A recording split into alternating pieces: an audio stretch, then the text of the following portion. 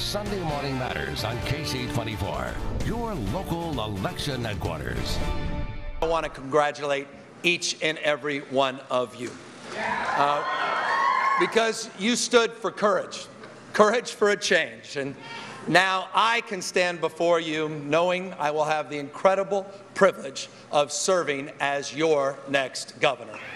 California, there's your next governor, Gavin Newsom, the current lieutenant governor and former mayor of San Francisco. He easily beat Republican John Cox. And incredibly, this is the first time since 1886 that California has elected two Democrats back to back as governor. Our panel this morning is a good one. He covers politics for the Fresno Bee. Probably happy that the election is over and going to sleep a little bit more. Rory Appleton. Rory, always nice having you here. Thanks for having me.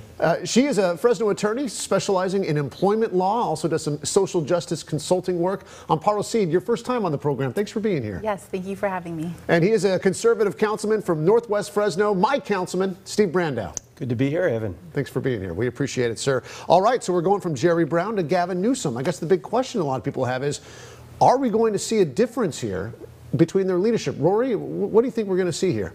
You know, I kind of think so. I think that Gavin will attack it with a little bit more, I don't want to say youthful vigor, but that's what I mean. I think that he is really anxious to make his own mark, to make some changes, particularly in healthcare. I think that might be an interesting one. Is California going to really sort of buck the federal government and try and move to a single payer?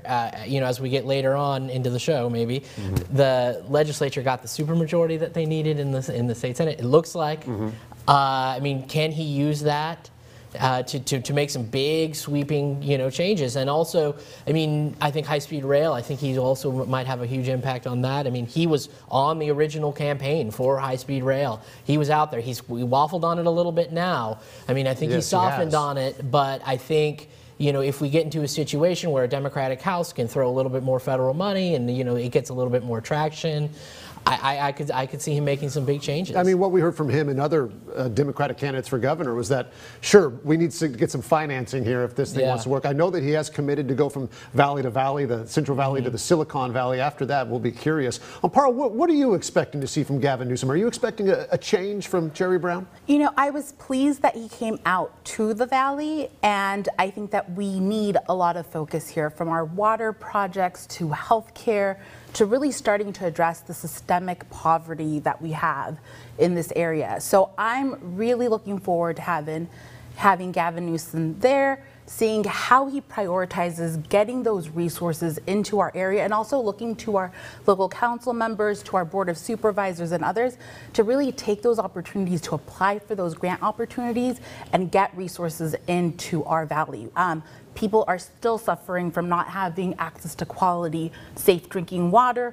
We're seeing our immigrant community with a population of children in our valley, 1 in 5 being a child of immigrants, really suffering a lot of emotional, mental anxiety. So I'm looking forward to seeing what Gavin will do and how he will start to prioritize this valley, and how our leadership will make sure that he's held accountable. He did come through the valley, Amparo. That is true during his campaign. He didn't come through nearly as much as John Cox, for example. And I'm curious, Councilman, I mean, are you expecting Gavin Newsom to spend more time on the valley than Jerry Brown did? I don't know. I'm hopeful, like Amparo is. It seems like he may. There's some indicators that he may. I believe he's a very charismatic guy, and he's got a lot of energy, like Rory said. We might see a lot more of him than we saw of Jerry Brown. I'm very hopeful. That's always very helpful. And it really doesn't matter what party you're a part of if you're working on behalf of California. I do think a lot of conservatives like myself, we might be a year or two in thinking, wow, we wish we had Jerry Brown back. That's going to be very interesting going forward. It seemed like Jerry Brown sometimes was able to put some checks and balances upon the state legislature. And I don't know how Gavin will work with the legislature. They might all work in unison and really ram through some things that conservatives might repel at. I don't know. But I did a lot of times recognize that, hey, Jerry Brown is kind of putting the brakes on a few of the crazier ideas, and remains to be seen whether Newsom's going to do the same. Jerry Brown definitely liked his big projects, you know, the twin tunnels, high-speed rail, but he also likes saving money in the budget every year. And he got a lot of flack from people on the left saying that you're not spending enough on some of these social programs that are important to the state. And I know conservatives, like you said, are curious because they think that Gavin Newsom might be the more liberal of the two Democrats when it comes down to it. About John Cox, was there a hope among conservatives, Councilman, that John Cox would have shown better and really had a chance to win this thing? Well, certainly on that, I personally was a cup half empty guy, so I didn't really think that he was going to cross that threshold. But I had a lot of friends who did. So I would answer you, yes, there were a number of conservatives that were very hopeful, even to the last minute, that John Cox could somehow make his way there. I thought it was, a tall order. It's interesting. He really springboarded, especially at the start of his campaign, off the gas tax and the repeal. He was one of the big funders of it. That also failed. Of course, why it failed, that's up for debate because some people say it was the wording on the ballot. We've heard a lot of that. Oh, yeah, absolutely. I think that was a big problem for them. I think what also happened is when it first came out, I mean, John Cox sort of very early kind of hitched his wagon to the gas tax. It had some support among conservative politicians. I think as it went longer and longer, I think that support started to wane a little bit. I think the opposition to the gas tax had tons and tons more money to spend. More money. They were able to recruit all the big cities and unions and all kinds of these big political players.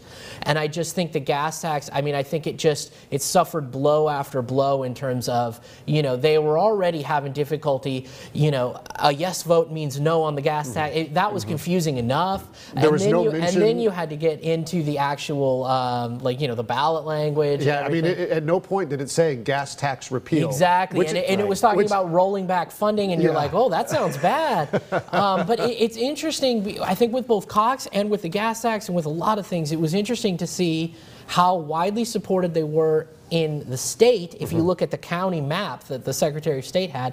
But you see that pocket in the Bay Area and then that pocket in Southern California. And so that's why I kind of have a feeling that there were a lot of things in the Valley, the gas tax, so the water bond, a lot of things that we wanted that the state didn't, including John Cox. And I'm a little nervous about is Gavin actually going to come back here, seeing that we're pretty much everything that passed we opposed pretty much in this area, and vice versa. And is he going to think, oh, it's a bunch of backwards people, I'm not going back? Looking at the congressional races here, how are we going to remember Andrew Jans, Amparo, and T.J. Cox? Andrew Jans, he raised so much money. He fought hard. It was a long campaign. Really fought hard, and in the end, still really, at the end of Election Day, still couldn't crack into single digits the gap. Well, I first have to say that people like me were actually looking at the local races. So while everyone in national attention was looking at what was happening in Congress, political wonks and people on the ground were seeing how can we start winning locally, from school boards to city council seats to our state legislator, and getting people like Melissa Hurtado in against someone who was a likable candidate like an Andy Vitek, right? Yeah. And so I think an Andrew Jans, a TJ, and other folks that fit into the congressional races, while the national spotlight may have been on them, I think the on-the-ground strategy is starting to get back to our grassroots and starting to see how can we mobilize folks that have not seen themselves before in it. And I think Jans did do that. I think he got, yes, a lot of money from outside groups, but he also had a lot of volunteers showing up that had never shown up in the Valley before. And I think Devin Nunes, our congressman, really needs to take a look at some of those votes that he's been getting. And someone like me, whose father benefited from the Affordable Care Act, that's the only reason he had health insurance and we were able to get it for him.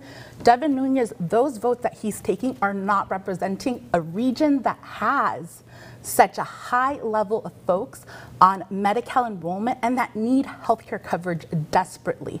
So I think this message is for Congressman Nunes that it's not an easy victory. This is a very gerrymandered seat. I think all of the wonks out there knew that this was going to play out the way that it played out on the national stage in our Valley, those of us that know our Valley.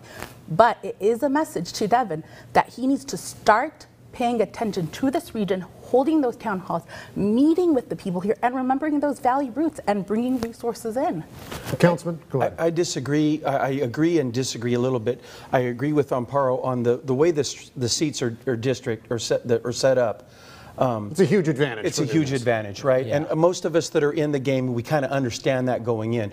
I don't think that Congressman Nunes was ever threatened by Andrew Jans. Now, he might have made a great candidate nationally because a lot of money poured in, and I mean, he's going to battle against one of Trump's supporters, right? So it made great headlines, but I know exactly how red that district is drawn, and so I never really felt that Devin was under threat, and personally, I don't think that he felt that way either. But, you know, it's the interesting. mailers, the signs that were out there, the messaging. Both he had sides. a campaign for the first He was time. forced to spend money like he's never spend spent before, and campaign perhaps like he never. But still, you can look at it two ways as a Democrat. You made big gains. He never lost, I think, by less than like 22 points before. Absolutely. That's now a lot closer. 70%. What year was that? I think just a couple years ago. They're still not close at all. Absolutely. So there's two ways to look at it. Absolutely. We got to take a quick break right now. We'll come on back with this panel. We'll talk about some more stuff. Lots of stuff to cover here. After the break, though, we're going to discuss some of the biggest local measures. Again, that Measure P. And we're going to talk about the new council as well. A new look council. Majority Latino council. And I'm going to sit down with the newest council members, Miguel Arias and Nelson Esparza. That's next.